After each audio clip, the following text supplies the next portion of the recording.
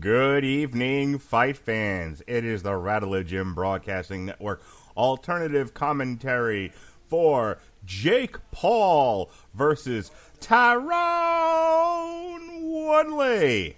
And I am your host, the mandated reporter, and frankly, I'm mortified, Mr. Mark Radulich. And joining me this evening on the Dowa Power Hour, but he's too sweet to be sour, ladies and gentlemen, the ray of sunshine, the bright light in your life, it's Robert Winfree from 411mania.com. How do you do, Robert Winfree? I'm doing better than Tyron Woodley's going to be doing in a little bit, I imagine. Oh, baby, tell me all about it, but not quite yet. Just hold that thought. If you're... So they didn't just do Jake Paul versus Tyron Woodley tonight. This was backed up by Tommy Fury trying to make a name for himself. He got a 4-round fight with Anthony Taylor and did not look great, though he did win the fight 40-36. But considering this is one where he should have knocked the guy out, not a great look for Tommy. What did you think of the Tommy Fury-Anthony Taylor fight in 50 words or less? Robert Winfree. I'm going to quote something I heard on Twitter. The Fury family is proof that, Mark, our generation was lied to. Because if you look at Tommy Fury, he looks like Sylvester Stallone, right? Uh-huh. If you look at Tyson Fury, he looks like your father. Now, one of these two men is the best heavyweight in the world. The other is a not-so-great fighter. And it's the guy who will absolutely ruin your whole life is the one who has the dad bod. Tommy Fury might be one of those guys they're going to recruit to the WWE Performance Center where they're into finger painting and collage making and other kindergarten projects if you look at their most recent logo that's floating around on Twitter. Speaking of floating around on Twitter, Montana Love retired Ivan Baranchyk on the stool in 7 rounds. You know, I was up and down, and I was left and right, and I was TikToking and this and that, and I thought Ivan was winning the fight there for a while, but when they revealed the scores, Montana was beating them, and I'm not here to argue about that, but right about the time I thought things were gonna turn for old Ivan, it turned back. This was a hell of a fight. What did you think? Good performance from Montana Love. I think the only round I gave Baranchyk, because I was on my highly unofficial scorecard, I gave him the second. Every other round I thought Montana Love won pretty handily, and more handily as the fight went on. Love was just a much slicker fighter. Baranchyk had no answer for the footwork. He had no answer for the in and out angles. All he had was big haymaker punches, and while he landed a couple of them, that's not usually a recipe for long-term success in the boxing world. And credit to Baranchyk's trainer, one of his trainers, who stopped the fight between rounds. There was no reason for that to continue. Daniel Dubois, trying to make waves in the heavyweight scene, got a first-round TKO over Joe Cusimano, and he won every bit of that first round. Good on Daniel Dubois trying to make a comeback after his loss earlier in the year. He's talking about wanting to fight Trevor Bryan, and who am I to argue? We covered the last Trevor Bryan fight, and I think Trevor Bryan versus Daniel Dubois might be the fight to make. What do you think? I think it's heavyweight boxing. No one actually cares, unless you're talking about one of the 3 best guys in the world. Everyone else they exist, and Dubois might eventually become a top-end heavyweight, but he's not there now, and consequently, I and most of the boxing world don't actually care because heavyweight sucks. Didn't the WBA say they were retiring all their interim champions, and isn't Trevor Bryan like an interim WBA champion? What was the garbage match that we called for fun earlier in the year that was in Florida that was supposed to be him versus the Syrian fella? Wasn't that for an interim and WBA title? Probably. Okay, you don't care and don't know and would prefer if I move on from this. The point, you mentioned them retiring all of their interim crap. The American Boxing Commissions, again, this association of all the different boxing commissions, has actually been telling every sanctioning body for years that they need to stop with the interim and the super and the regular and the all of those other stupid distinctions. Mm-hmm. And for some reason, I don't know, something about the way they worded the last letter. The WBA is taking them somewhat seriously if reports are correct. So we might get a degree of clarity in the boxing title picture. I don't think it'll stick because it's boxing. All right, here's what I've got. Right now in the heavyweight division, Anthony Joshua is the WBA super champion, so nuts to you. And Trevor Bryan is the regular champion. I think what's-his-face from Syria was made champion in recess, which he got pissed about and was fighting it, but I guess that's no longer the case, or whatever. And you wonder why the Boxing Commission Association might decide that, this is not the best idea to have 18 million. Look, one sanctioning body should not have 8 heavyweight champions. And in the WBC line, we have Tyson Fury, who's the regular champion, and Dillian White, who is the interim champion. And then Anthony Joshua has the IBF and the WBO. There are no interim champions. Good for them. And Tyson Fury is... Yeah, at the moment. And Tyson Fury is the ring heavyweight champion. So, back to Daniel Dubois. I think him versus Trevor Bryan for the WBA title might not be the worst idea. That won't actually be a title in another week. Well, by which I just mean, if Anthony Joshua has one of your belts, he's the one that's getting that belt. Sure. No, I get that. All right, and then lastly, and I don't know how much of this you watch. I fell asleep. Amanda Serrano had a unanimous decision win over Yamalith Mercado, 97, 93, 98, 92, 99, 91. Did you like the fight? Yeah, Amanda Serrano is one of the 2 or 3 best female boxers on the planet. She is the best boxer on this entire card. If we're talking, pure boxing skill. You don't love this card though. I remember the last time we talked Logan Paul versus Floyd Mayweather, and you were very much against the circus acts having real boxers on them. So I would imagine you're not in love with the fact that the best female boxer on the planet is here. Look, not to be sexist. Yeah. But women's boxing doesn't draw. So okay. I don't. So this particular circus you're okay with? Yeah, more or less. Okay. Hang on. Here's the other thing about that needs to be brought up as we get ready for the fighter introductions. Yeah. Logan Paul and Floyd Mayweather was an exhibition fight. It was. Much like Tyson and Roy Jones Jr. Yes. This is a legitimate fight. Tyron Woodley is making his professional debut. Jake Paul this is a professional boxing fight. I may not like that it's in the main event over title fights, but I understand why. Okay. Of the two, Jake and Logan, Jake takes his training much more seriously. He wants to be taken somewhat seriously as a boxer. Right, so this doesn't fall into that category of you should not mix real boxers with circus boxers because you don't think this is as much of a circus. This fight, no. No, I do not think this one. This is certainly not as much of a circus as his fight with Ben Askren or whatever Logan Paul and Floyd Mayweather did for 8 rounds. I don't know what they did, but whatever it was. So Tyron Woodley, when he was in Strikeforce, he either knocked bitches out cold or he hugged them until he got sexual assault allegations. Just kidding, everybody. Yes. No. He ended no one in Strikeforce. The vast majority, you're not wrong. I remember hating Tyron Woodley because all of his fights were boring, and then he came to the UFC and started knocking bitches out.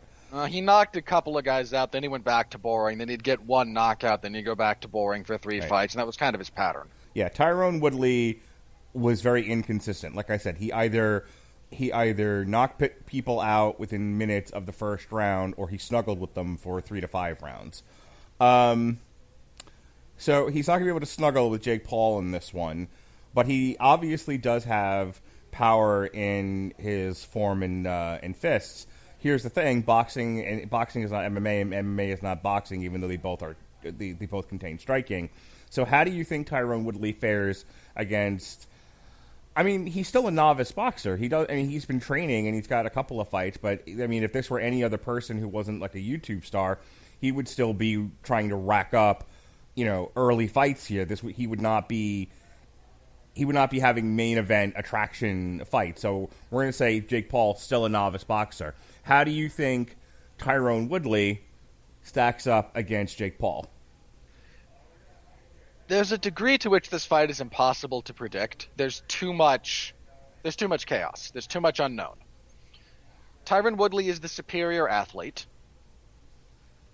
If we're comparing combat sports credentials, there is no comparison. Tyron Woodley is maybe no worse than the third best welterweight champion the UFC's ever produced. But he's never boxed. Right. And as you mentioned, we're not in an MMA cage. We are in a boxing ring. And Jake Paul is probably the superior technician when it comes to the boxing. But Tyron Woodley hits really hard, and Jake Paul makes the kind of stupid mistakes on defense especially that can get you hit. But Tyron's also known to put himself on the ropes or in the corner and kind of try to bait you into a big booming counter. And Jake's demonstrated a degree of competence at baiting you into throwing that punch and then countering you. So who the heck knows? That's kind of why we're doing this. There's reasonable approximations of guesswork that can go on, but there's way too much unknown about both men in this context to make a serious prediction. Robert Winfree, are you intrigued by this fight? No. I can say it's a total unknown clown fiesta without being intrigued by it. Okay, fair enough. All right, round one, here we go. Okay, for the record, whatever my prediction is worth, I tend to lean towards Jake Paul because he is the more proven boxer of the two. I swear to God, the way the camera angle shot that, it looked like Tyron Woodley went to shoot a single on Jake Paul. He probably thought about it.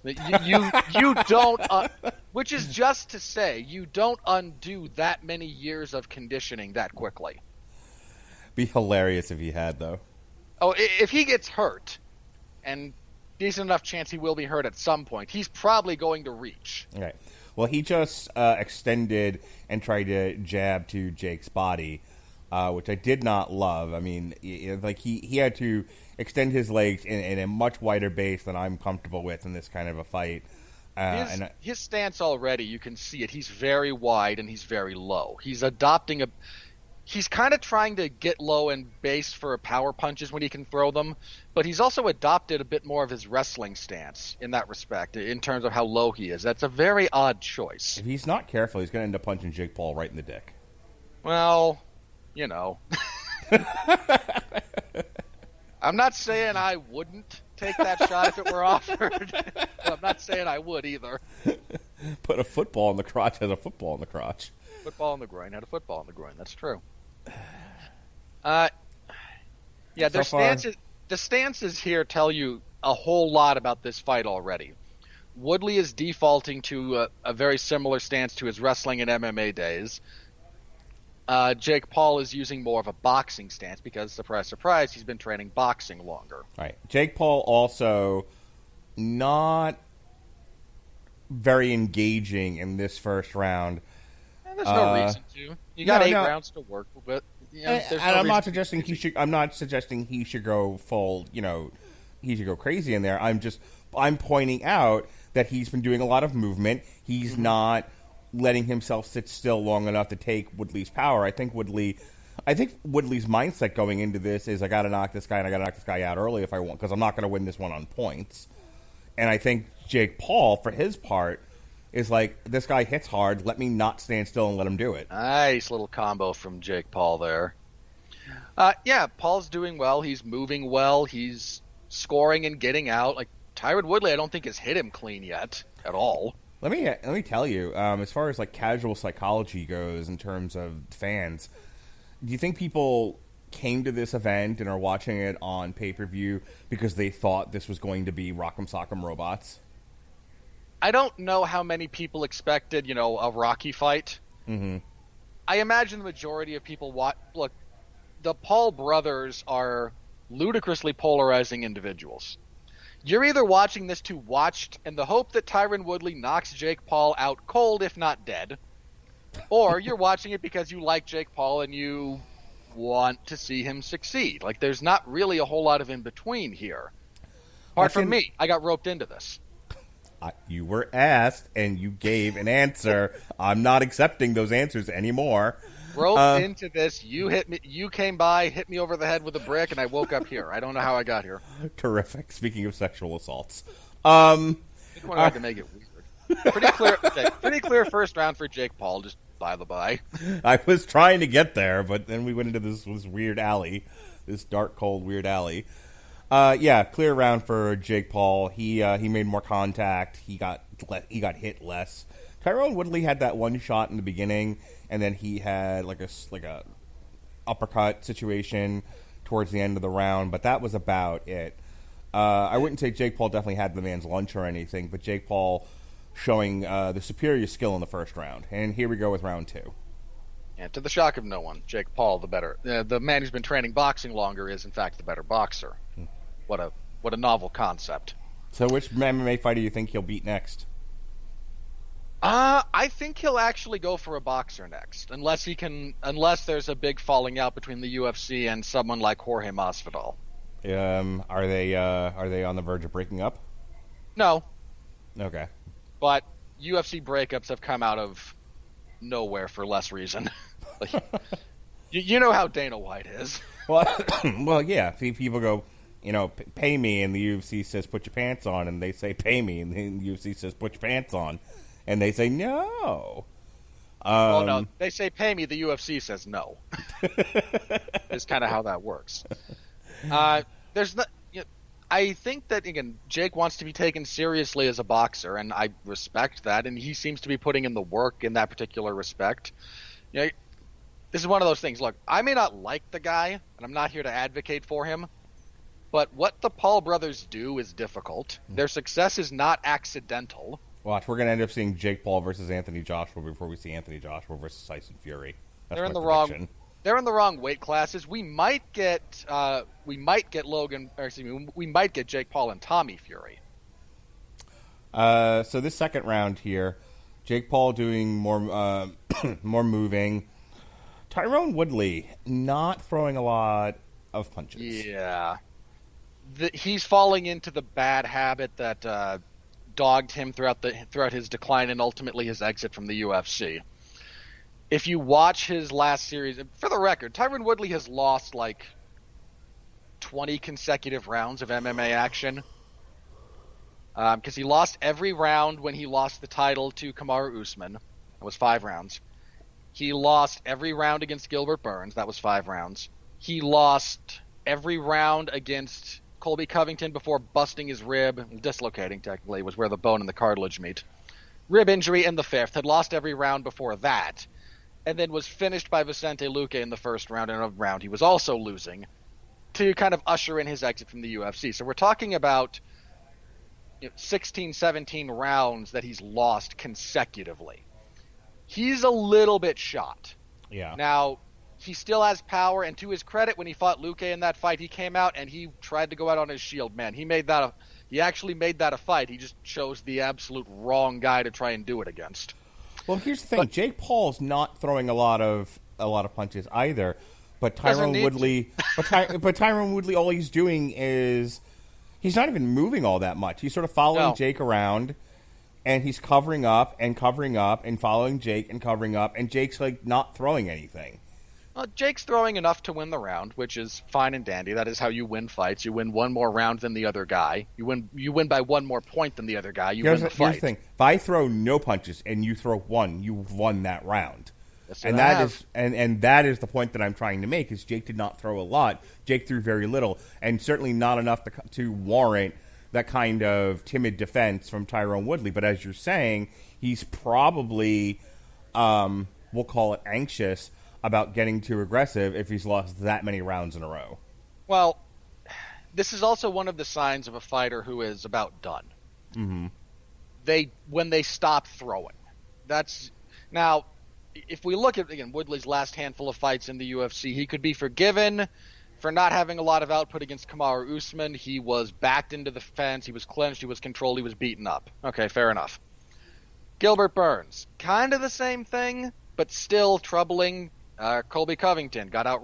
Again, there's a little bit that is okay. He was fighting really, really good guys, some of whom forced him into these prolonged grappling exchanges. Of course, his output's going to be low. Speaking of grappling exchanges, round 3 has started, and Jake Paul, he came forward and he started to go to work on Tyron Woodley, but then Tyron Woodley tied him up against the ropes. which is another really bad sign for how this fight is going for Woodley. If whoever starts clinching first in these respects, you tend to be the one who's a little bit losing. Yeah. Paul hit him with a pretty good right on the entry into that clinch as I look at it now. Just not seeming to go well. Woodley looks tight, which is never a good thing when you're boxing. His shoulders look very stiff. The man might be an A-plus athlete and one of the best welterweights ever in really good combination MMA. there from Jake Paul. He went low and then high. He hit him with a right to the body and then followed with a left up top. Yeah, he's finding that pretty consistently. Woodley's stance is a little bit square on. He's become a little bit more square as the fight's gone on. Jake Paul just landed a left that kind of stunned Woodley, but Jake Paul did not follow up with it. He kind of threw it and moved. Which, good on Jake Paul. He's sticking and moving, which is what you should be doing. He's not going Donkey Kong in there. But I would like to... I don't know. There's a part of me that would like to see him amp up the aggression just a little bit more. We're only in round 3 of 8. There's no reason to be... And Woodley's not doing anything to make you change what's going on here, right? Like, you're winning this fight. Why? There's no reason to risk a whole lot. Good combination there from Jake Paul. Tyron Woodley caught most of it, but backed up in just enough time to not get the last punch. I can hear Dean Thomas desperately telling Tyron Woodley, I need you to throw combinations, because that was his corner advice every round for every one of Tyron Woodley's last fights in the UFC. You're doing good, brother. I need my combinations. I need you to throw 3 and 4. Tyron Woodley has not thrown 3 and 4 punches at a time in his life. Jake Paul hit him again. Tyron Woodley ties up. Yeah, Woodley, he doesn't have the weapons. It's pretty clear to see. If you look at how he's throwing his right in particular, he's still trying to break, again, like, he's almost 40. Also, for the record for Tyron, he's trying to break decades of punching into the clinch and then being able to work from there. Well, it's funny because for years, even when I was watching, when I wasn't a dirty, filthy casual, when you were watching, you were a dirty, filthy casual. Let's not kid ourselves. Your mother. Listen, when I was watching steadily, one of the things that was commonplace among a lot of UFC fighters was, hey, I have a good knockout record, I have good power, I should be a boxer. And some of them had more legitimacy to that wishful thinking than others. Some of them were trained boxers, some of them were kickboxers. But there was a lot of that going around. There was definitely a lot of delusion that early 2010 UFC fighters, late 2000s, thought they could all transition into boxing and be successful. And I think... But I tell you something about how poor the UFC's pay structure is. What I find interesting about this fight, watching at least one person who is traditionally a lifelong MMA fighter and wrestler transition into boxing, is it's not as easy as it looks. It's not, and there was a part of the reason that narrative got flown around when it came to MMA fighters moving into boxing was the acrimony that was fostered by the UFC management between MMA and boxing for no one's benefit other than the promotions, per usual. There are MMA fighters who would make good boxers. In fact, Clay Collard had a pretty good run last year, I think it was, through some PBC stuff on Fox and whatnot. And he's currently fighting in the PFL, I believe, as well. So it can be done. Sure. No one said it can't be done. But there is no 1-to-1. No. Unless you're Max Holloway. Max Holloway could come to boxing and could wreck some fools, but that's because he's Max Holloway. Tyron Woodley starting to pick up the pace here in round 4, though. He's not really moving the needle. He's just being a little bit more. He's just being a little bit more active. I think he's worried about his cardio. We are into the 4th round here, and I think he's just a little bit. He knows how this will go if it keeps going the way it's going, and if he's only going to have a little bit of time, let's try to do. Or he's finally made a read on Paul and thinks he can find something. Boy, he really keeps reaching to parry with his right hand whenever Jake shows a jab. if he fakes a jab and comes with a left hook instead, he could really tag Tyron with that. He keeps trying to parry with that right hand, and that's a bad idea. So Jake Paul fighting off his back foot, which I find interesting. He's fighting very conservatively. And he's winning by doing so. So good on him for that. But I tell you, this fights a little bit. This is a casual man's main event. This is people who don't not watch boxing, but follow Jake Paul. This is to one degree or another a happening, and I don't think people are going to love this fight. Well, we've still got time to see if that'll change. Oh shit! But... You were saying? Tyron Woodley tagged Jake Paul. Jake Paul nearly fell down. The ropes held him up. He'd have gone down had that been a little bit further in the middle of the ring. And now Tyron Woodley doing a little bit of jiving, a little bit of shaking his fists. He's seeing blood in the water here. Oh, he tagged Jake Paul again with a left right behind the ear. And now Jake Paul is tying him up. Not good. No, not great for Jake Paul. But you could see Paul's got a little bit of a bad habit of kind of ducking the way that he did when he would get pressed, and Tyron finally was able to capitalize on it. And we mentioned Tyron has power. That's never really been the problem. The problem's been the delivery system, not the caliber. All right. To Jake's credit, he got in a pretty good. Yeah, he got in a pretty good right there at the end. He got Tyron a little bit wonky in the legs there. So I'm going to give that round to Tyron. Agreed. Who do you not want to be in any given round? I would not have wanted to be Jake Paul there. Like legitimately, Tyron Woodley would have knocked him down had he not fallen into the ropes, and had Tyron Woodley pressed him, had the wherewithal to press him when he had the opportunity, that might have been a knockdown. For sure. Yeah, I'd give that. I'm with you. I'd give that round to Woodley.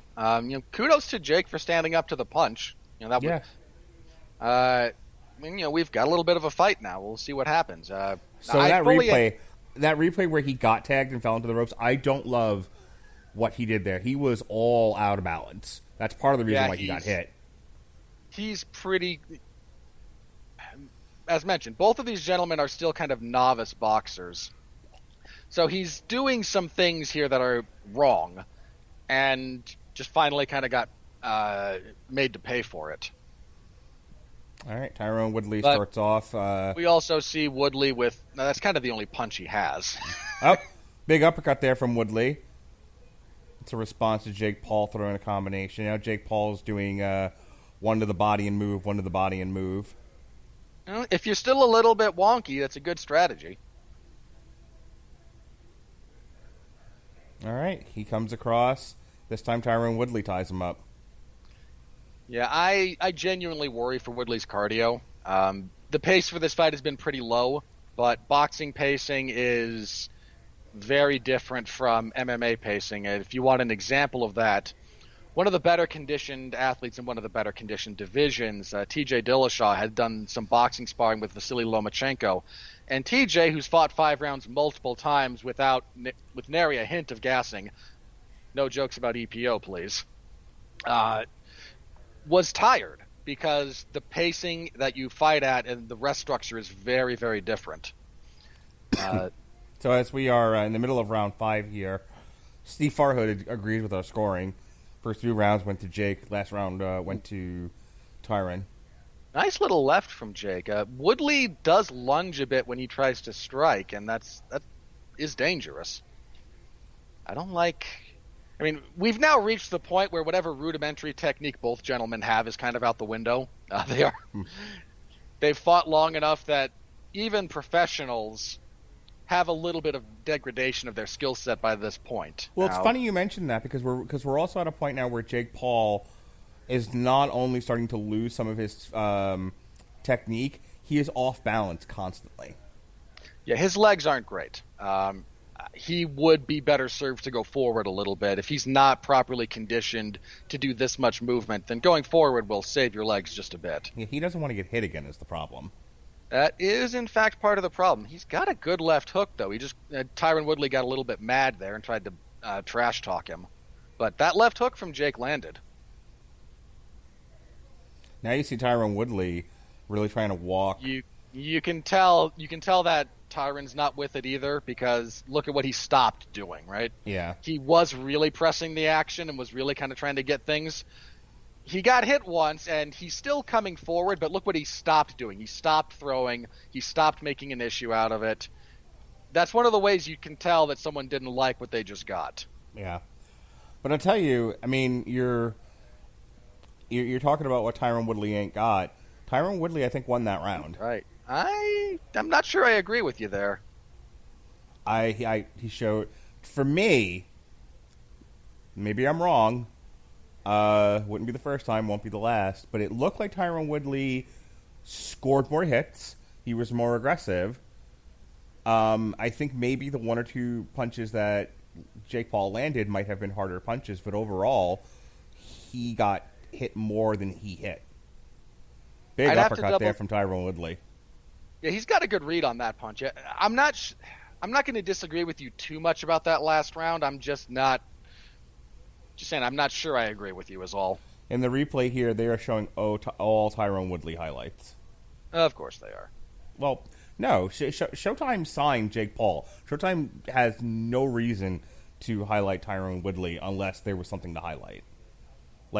There's no of course they are. The favored son is Jake Paul.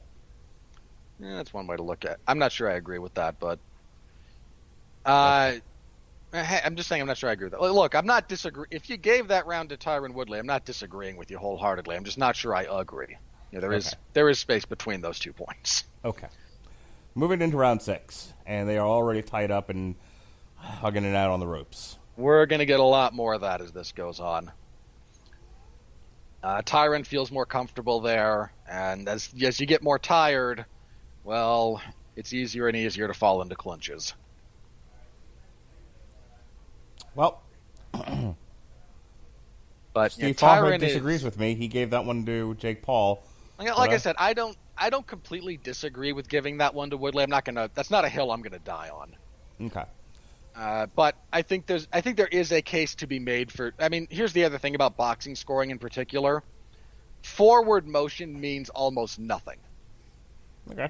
The person coming forward, boxing weighs that almost not at all. Whereas MMA, especially under the old rule set, which I've yelled about plenty of times, weighs it disproportionately heavily. Okay. Well, as we see here in now the middle of round 6, Paul getting some good body work in. About time he started going downstairs. Yeah, Tyron Woodley started to come forward. He had Paul against the ropes. Now Paul turning it back around, getting aggressive with Tyron Woodley. He scored a couple of combinations there. Big swing and a miss from Jake Paul.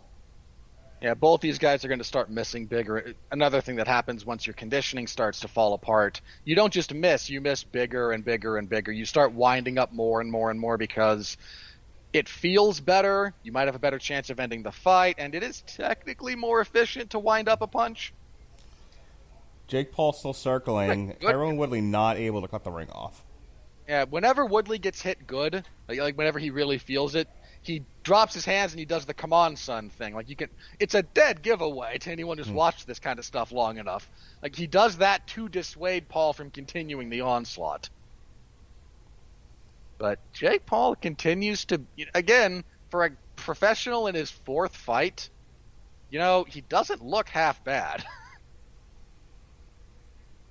And I'm going to get people are going to disagree with me on that because they hate Jake Paul, and fair enough. Again, I'm not here to tell you the man is anything less than a human being.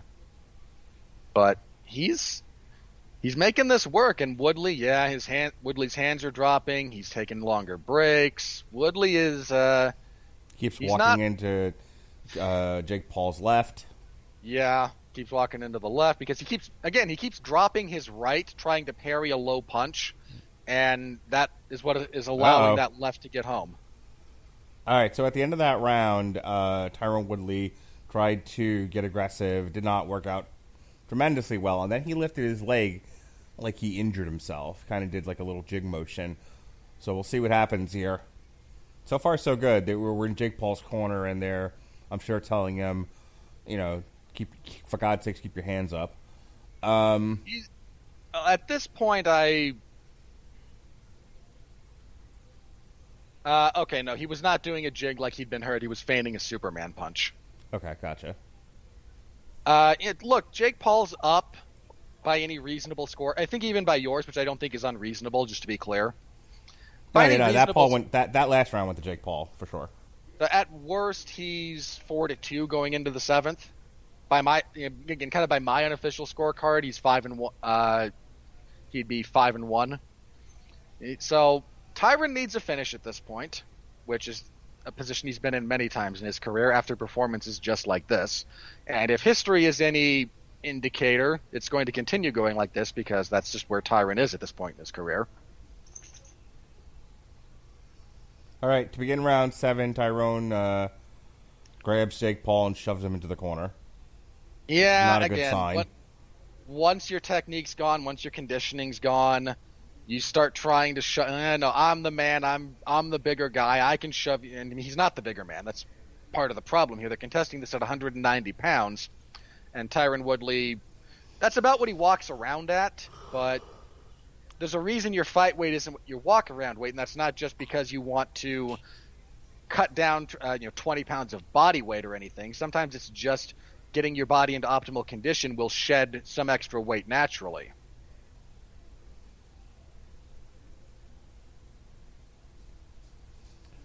Jake Paul with big swings, I don't love them. They're very awkward looking.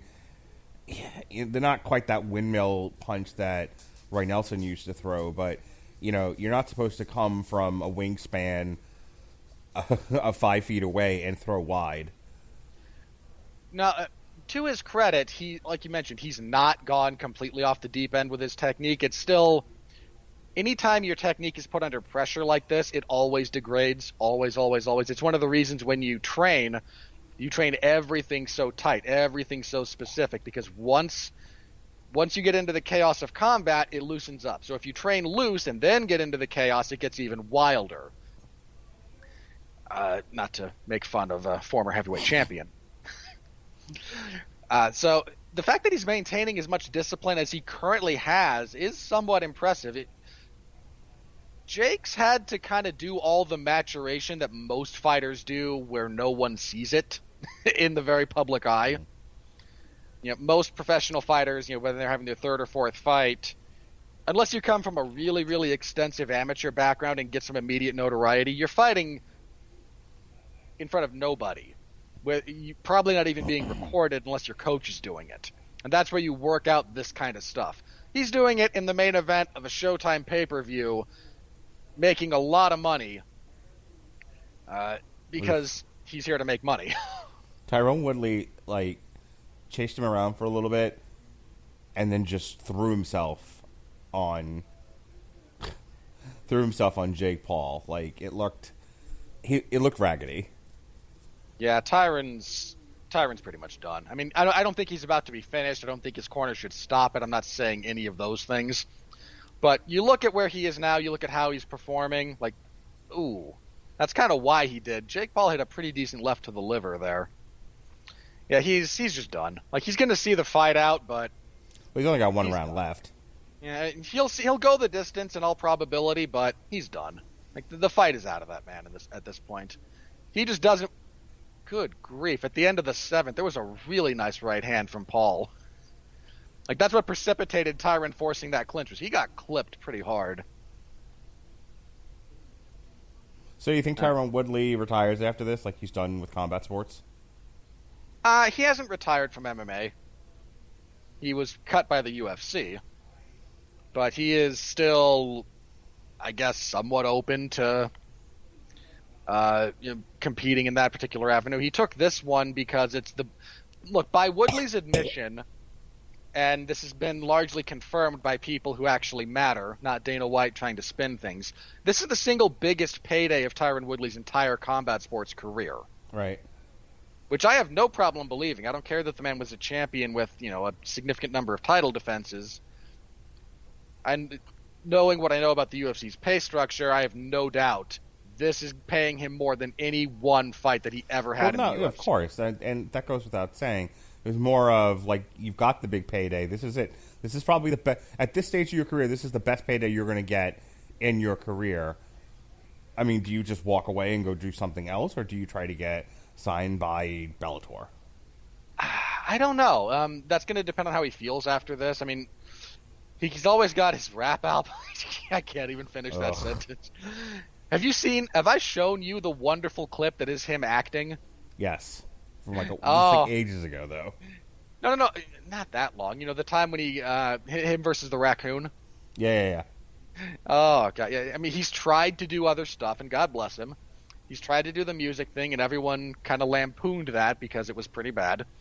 He's tried to do the acting thing, and I'll give him a little bit more grace when it comes to that because he's not a trained actor. No, and asking him to do that was a little bit wonky. I was going to say, but he can be someone's background goon.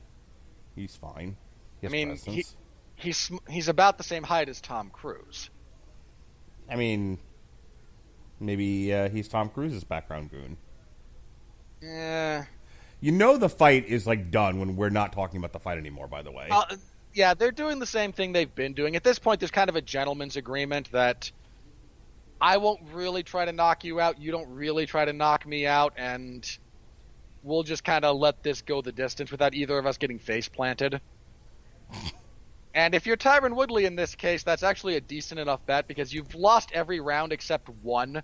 You've been wobbled a few times by left hooks just like that one. If he does get knocked out, that's it.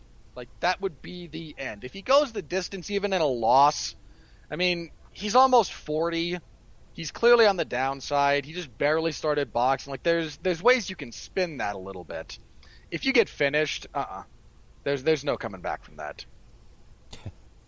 Yeah, Nate Robinson, he is not.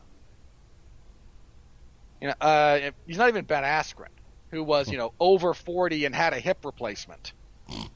Not a joke. Like, the man's hips were destroyed from years of wrestling, and he had a hip replacement before that fight with Jake Paul.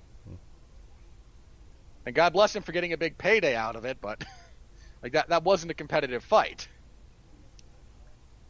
Whereas this, to everyone's credit, more competitive, and to Jake Paul's credit, he has steadily escalated his level of opposition like you would like to do if you want to be taken seriously as a professional. All right, he started out. That's the end. He made it all 8 rounds, and I'm sure it won in a landslide. It should take I mean, you gave Tyron Woodley the best scorecard you could, and you gave him 2 rounds. Yeah. And Steve Farhood didn't even give him that much. So Jake Paul, we'll wait for the official scorecard before we call it a night, but it's got to be 7-1. You could there might be an argument for Tyron in the 8th if you're feeling generous. But I cannot see a rational scorecard being handed in for Tyron Woodley, which, given the state of combat sports judging, doesn't mean we're not going to see this be a split decision just because. You think it'll be 8-0 for Canelo? Damn it. Take 2. You stumbled over the joke. I know. Take 2. Hey! Do you think they'll end up scoring it for Canelo? Nailed it. I'm pretty sure Adelaide Bird scored it for Smilin' Sam Alvey. who, not a joke, on the UFC event last night, she scored a fight for him. And he lost a 3-round split decision against... Who did he fight? The name escapes me at the... actually, I should have it, so let me look it up.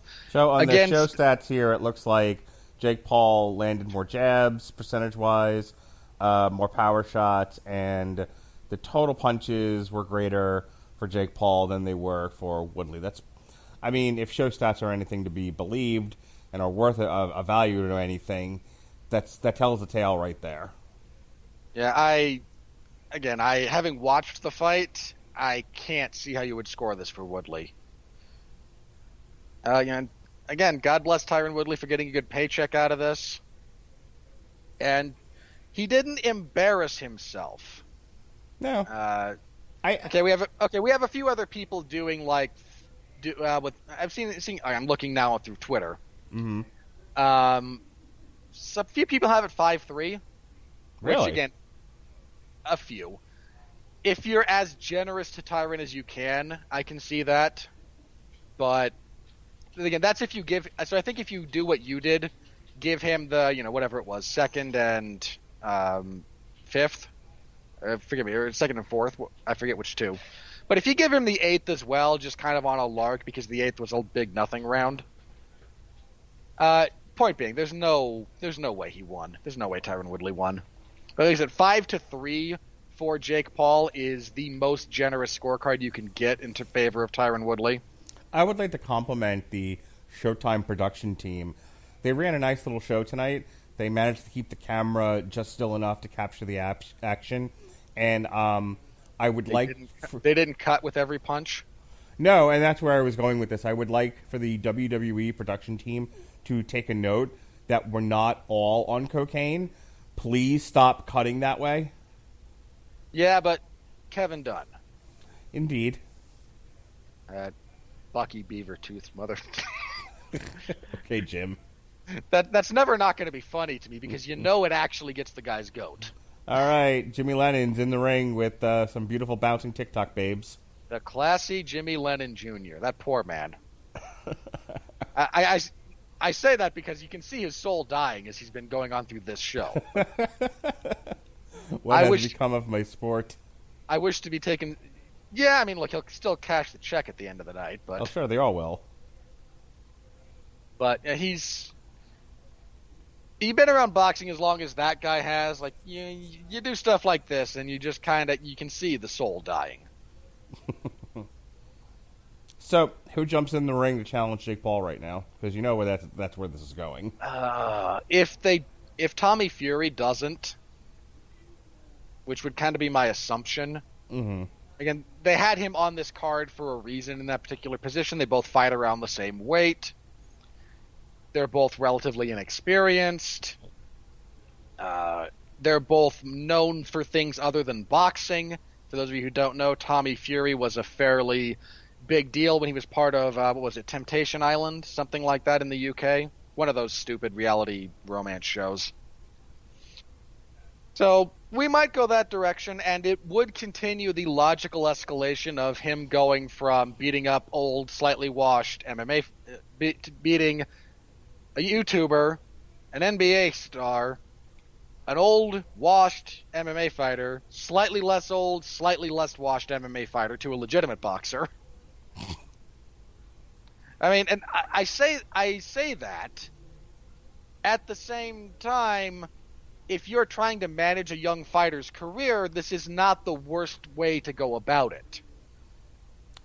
All right, go ahead and do your plugs. I know you've got after this you have an entire podcast you have to record about a fight that you covered for your real job last night. So go ahead and talk about that real quick. Yeah, when we get done here, I'm going to record the 411 Ground and Pound MMA podcast. So if you're interested in the sport of mixed martial arts, please do give that a listen. I will also be talking briefly about this fight because it's MMA adjacent. I will be predominantly reviewing last night UFC on ESPN 30, which doubled as the finale for the season of The Ultimate Fighter. Had some good fights, had some less good fights, but yeah, what are you going to do? And previewing UFC on ESPN Plus 49, which is this coming Saturday's card, which is just a keep the machinery turning fight. I can't find a whole lot to be all that excited about on that one. But I'll do my darndest, so tune into that if you're so interested. I cover both mixed martial arts and professional wrestling over at 411mania.com, wrestling in the wrestling zone, MMA in the MMA zone. Specifically with wrestling, I cover AEW's Dark Elevation programming on Monday. Whatever MLW releases on Wednesday, assuming they get back to a regular release schedule, and WWE's SmackDown on Fridays. So if you're interested in that, please do check out my live coverage. I appreciate it. And I will have two different chances to talk about Candyman this coming Tuesday. Once with Mark in the traditional Damn You Hollywood format, and then I will be hosting a 5-person roundtable discussion. That's myself, Jason Teasley, Alexis Haina, James Greco's coming back, and then I think one of Alexis's friends who I've never... Dorian Price, who I believe is something in the film industry. Okay. So That's going to be the group. We will be discussing it, and you can hear both of those particular formats this coming week in when it comes to your discussion of entertainment. All right. In addition to which, we're dropping all of our old Iron Man stuff because the Mandarin got repurposed for the new Shang-Chi movie that comes out this Friday. So we've got an Everyone Loves a Bad Guy that me and Robert did that mostly focused on the film. That mostly focused on the Iron Man Rogues Galleries from the film. Our Damn You Hollywood from back in 2013 that Jeff and I did, Jeff Harris, dropped today. Jesse and Chris Armstrong reviewed Shang-Chi, the 5-issue limited series from Marvel that came out in 2020. And that's as a companion piece to the upcoming Shang-Chi movie. We've also got reviews coming up of Dee Snider, Leave a Scar, and The Wonderful World of Mickey. We're still in season 1 on that. They dropped another 10 or so shorts, so myself and Alexis Haina will review that. And then this coming Saturday, I got to participate in a trivia. This one was about toys from the last, 100 years or so. I did better than I thought I would. We had a lot of fun. We sang a lot of songs. It was a grand old time for all involved. So, I don't know when we're going to do another one of these again, but should Robert not be doing MMA coverage and our fancies tickled, we'll be back at you with another boxing alternative commentary when there's one to be had. Until then, I'm Mark Radulich. He's Robert Winfree. Be well, be safe, and behave.